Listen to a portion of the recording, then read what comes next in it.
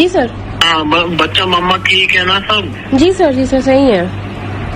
तो चलो, अगर कुछ भी कोई भी हेल्प चाहिए हाँ जी सर। नहीं हुआ SGPGI में, तो 10 डॉक्टर जाने वाले हैं, ठीक है डार्लिंग। अगर आप कहोगे तो बिल्कुल मैं आ जाऊंगा। कोई फाइनेंशियल सपोर्ट, कुछ भी सपोर्ट चाहिए तुम्हारे लिए, सब कुछ ओपन है। नहीं सर, कोई ऐसा नहीं दिक्कत सर, हो जाएगा काम, ऐसा कोई इतना भी नहीं है, हो जाएगा। तो नहीं, बता दीजिएगा अगर कुछ होगा, ठीक है मैम? जी तो किस दिन मिलने आओगे? आपके तो एग्जाम हो गए, मैंने दोनों पेपर आउट कर लिया आपके। सर मुझे मुश्किल ही लग रहा है, क्योंकि अभी सर थोड़ा घर पे भी देखना है।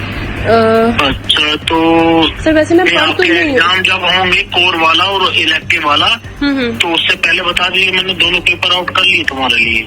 सर वैसे मैंने पढ़ तो लिया है, वैसे पूरा सिलेबस तो मेरा पूरा हो गया था। नहीं, आप आ जाओ, मैं पेपर आउट कर दूंगा तुम्हारे लिए यार।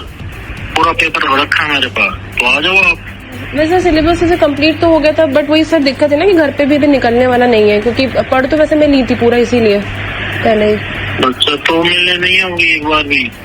सर अभी सर वही बस मम्मी का सर थोड़ा देख लें, इस चक्कर में फिर घर पे रुकना इम्पोर्टेंट तो है। मुझे बताओ कब तक आ जाओगी मिलने एक बार? सर बस थोड़ा घर पे सर थोड़ा स्टेबल हो जाए। तो मतलब विदिन 7 डेज?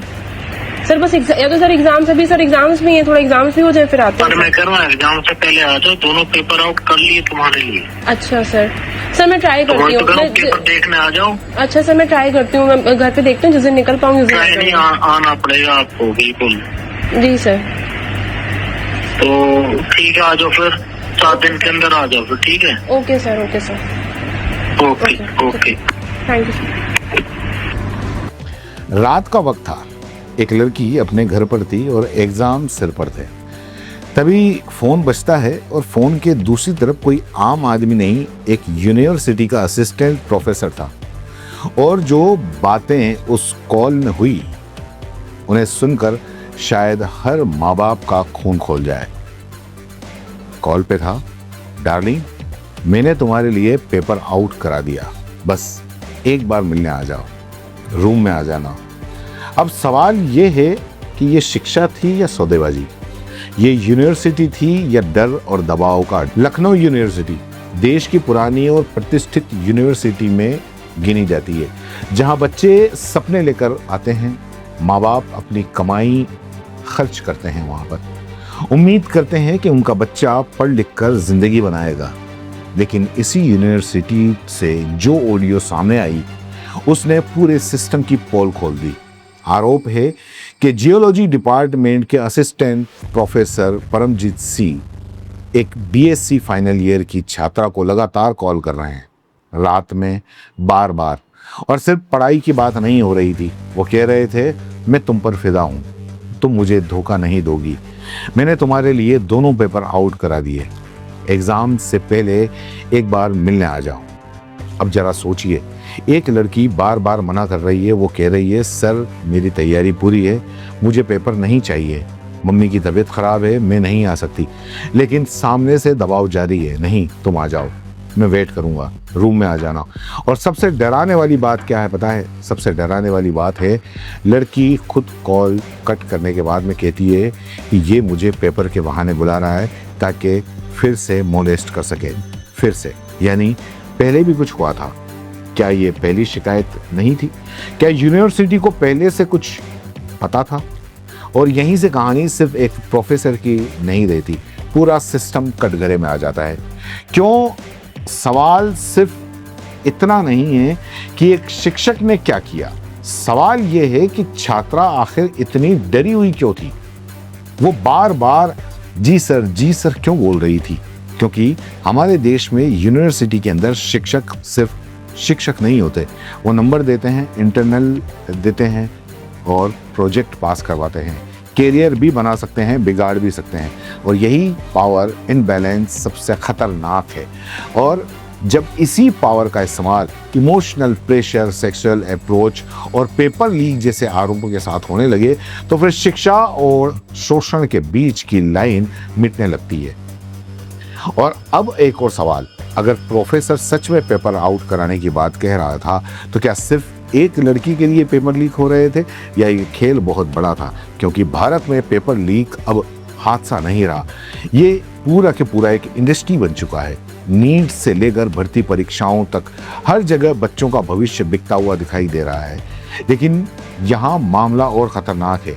यहाँ सिर्फ पेपर लीक का शक नहीं है, यहाँ आरोप है कि एक छात्रा को इमोशनल और पर्सनल प्रेशर में लाकर फेवर देने की कोशिश हो रही थी। और ध्यान दीजिए, लड़की लगातार बचने की कोशिश कर रही है, हर बार कोई बहाना बना रही है, घर, माँ, एग्जाम। क्यों?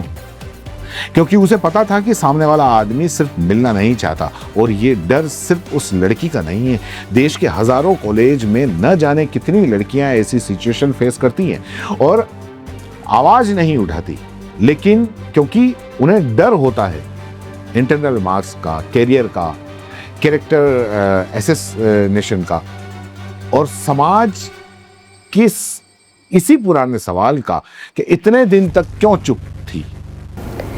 He is calling me again and we are gonna give him a call back now.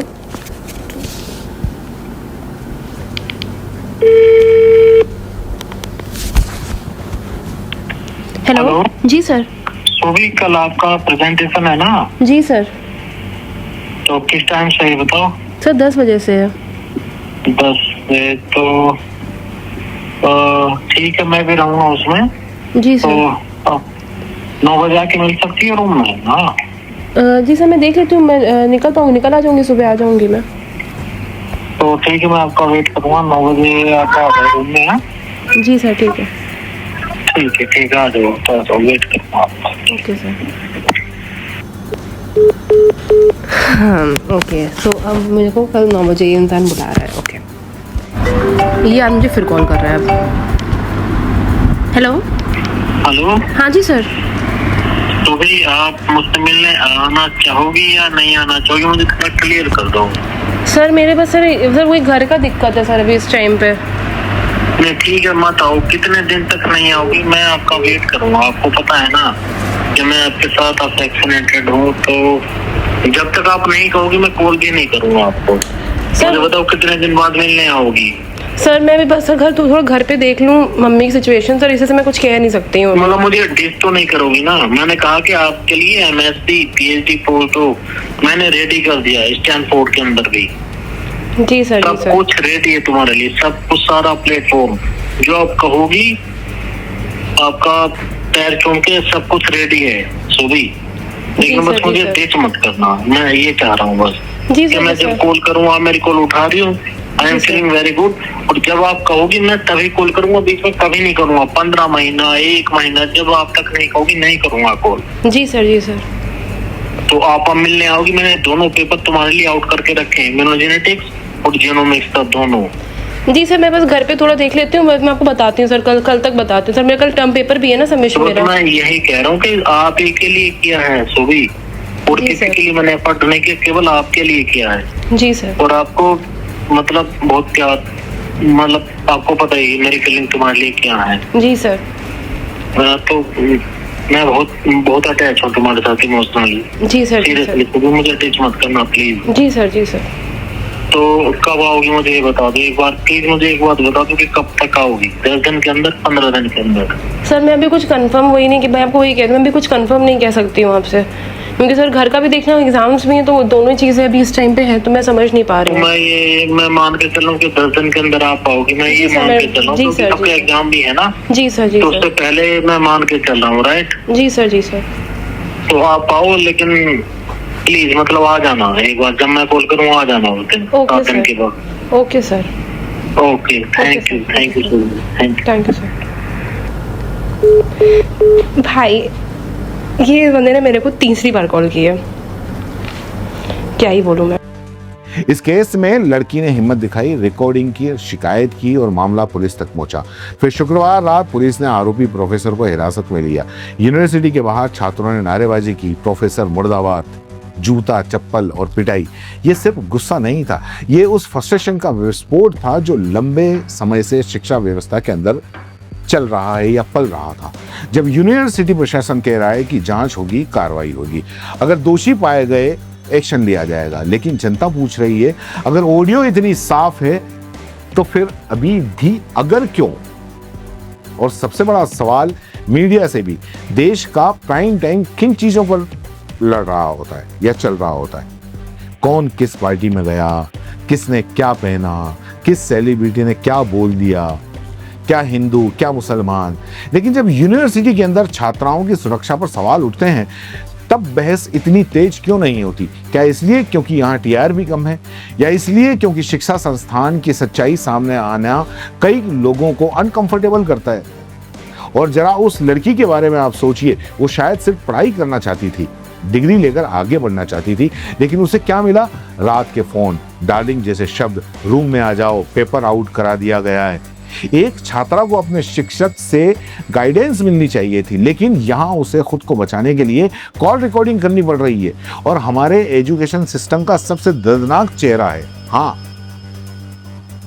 ये मामला सिर्फ एक आदमी का नहीं है, क्योंकि ऐसे लोग अचानक पैदा नहीं होते। इनकी हिम्मत तब बढ़ती है जब सिस्टम चुप रहता है, जब पहले कंप्लेंट दबा दी जाती है, जब स्टूडेंट को सीरियसली नहीं लिया जाता, जब कॉलेज अपनी रेपुटेशन बचाने में ज्यादा इंटरेस्टेड हो जाता है, स्टूडेंट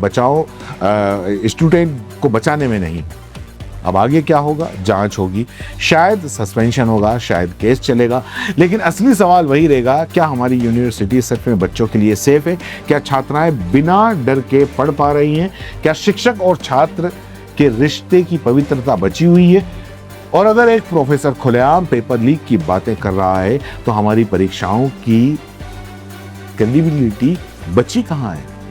ये वीडियो सिर्फ स्कैंडल नहीं है, ये वार्निंग है।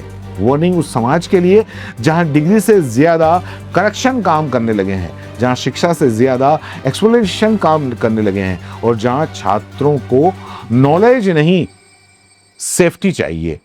आज एक लड़की ने आवाज उठाई, लेकिन शायद हजारों अब भी चुप हैं। और जब सिस्टम उन चुप आवाजों को सुनना नहीं सीखेगा, तब तक यूनिवर्सिटी के गलियारों में यह डर घूमता रहेगा कि पता नहीं अगला कौन कैसे आएगा, किसको क्या बोलेगा।